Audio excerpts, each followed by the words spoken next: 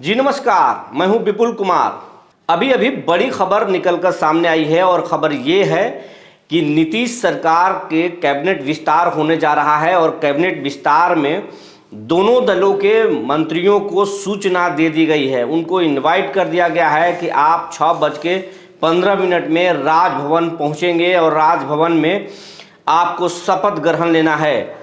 और ये कैबिनेट विस्तार पिछले 2 दिनों से टल रहा था। आज भी बीजेपी मुश्किल से ये लिस्ट दी ही थी। एक दिन पहले ही बीजेपी से मुख्यमंत्री ने लिस्ट मांगा था, लिस्ट लगभग तैयार भी हुआ था, लेकिन अचानक उस लिस्ट को रोक दिया गया था क्योंकि कहा जा रहा था कि बीजेपी में भगदड़ की स्थिति है। बीजेपी में कई जो नए चेहरे हैं वो मंत्री बनना चाहते हैं और पुराने जो कद्दावर हैं वो भी मंत्री बनना चाहते थे। जातीय समीकरण भी बीजेपी साधना चाह रही थी। यही कारण था कि शीर्ष नेतृत्व ने मंत्री बनाने की जो सूची थी उस सूची को रोक दिया था और फिर नए सिरे से जातीय समीकरण को साधते हुए सूची तैयार की गई। लेकिन जदयू ने अपना लिस्ट पहले ही तैयार कर लिया था और उस लिस्ट में जो पहले मंत्री थे लगभग वही मंत्री हैं, 1-2 चेहरा नए हैं लेकिन बाकी सब पुराने ही मंत्री थे। और आपको बताते चले कि बीजेपी से जो 12 नए मंत्री बनने वाले हैं, 12 लोगों के नाम चिन्हित किया गया है, वो 12 सूची में शामिल किया गया है। उस 12 लोगों में मंगल पांडे हैं। मंगल पांडे लंबे समय के बाद मंत्री बनने जा रहे हैं नीतीश कैबिनेट में। उसके बाद रेणु देवी हैं, नीरज बबलू हैं, नितिन नवीन हैं, संतोष सिंह हैं, जनक राम हैं, केदार गुप्ता हैं, दिलीप जायसवाल हैं, हरीश सहनी हैं, सुरेश मेहता हैं और कृष्णनंदन पासवान हैं। ये तमाम नाम बीजेपी के हैं जो नीतीश कैबिनेट में आज शपथ ग्रहण ले सकते हैं। ये संभावित नाम हैं। ये हमारे चैनल को जानकारी मिली है कि ये संभावित चेहरे हैं जो नीतीश कैबिनेट में शपथ ग्रहण ले सकते हैं और ये बीजेपी के नाम हैं।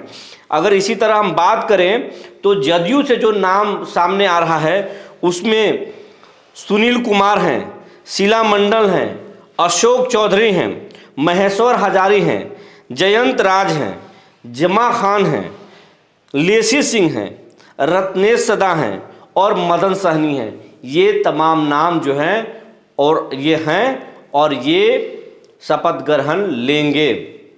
तो नीतीश के जदयू कोटे में जो पुराने मंत्री थे उन मंत्रियों को ही शामिल किया जा रहा है और बीजेपी में भी जातीय समीकरण साधने की पूरी कोशिश की गई है।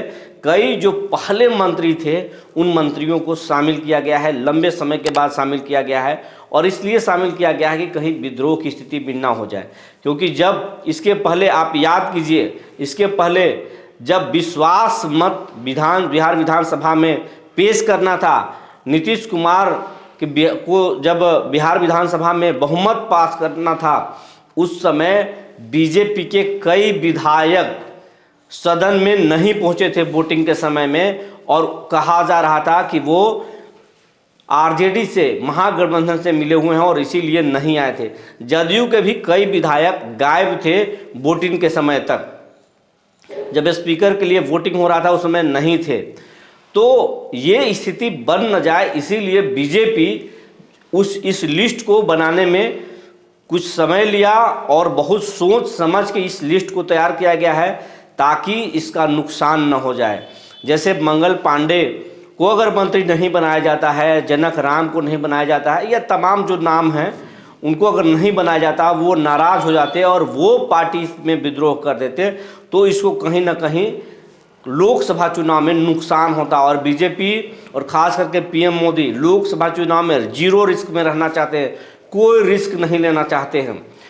लेकिन नीतीश कुमार इसको लेकर आश्वस्त हैं। नीतीश कुमार की पार्टी में कुछ विधायक ज़रूर बगावत किए थे, लेकिन नीतीश निश्चिंत हैं क्योंकि आमतौर पर नीतीश के विधायक उनके खिलाफ नहीं जाते हैं और आने वाला वक्त में उनको मालूम है कि नीतीश कुमार कब किधर चले जाएं और इसका कोई ठिकाना नहीं है। और नीतीश कुमार आज अगर उनसे बागी होकर आरजेडी में चले गए और नीतीश कुमार फिर अगर वहाँ चले गए तो उनकी खैर नहीं है।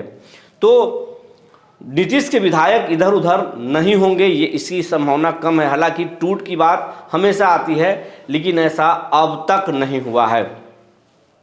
तो शाम 6:15 में बिहार सरकार में नीतीश की कैबिनेट का विस्तार होने वाला है और उसी समय साफ हो पाएगा कि इसमें जो संभावित नाम हैं उसी नाम के मंत्रियों को शपथ ग्रहण कराया गया, उन्हीं को शपथ ग्रहण कराया गया, या इससे इतर भी कोई नाम है जिसको शपथ ग्रहण कराया गया।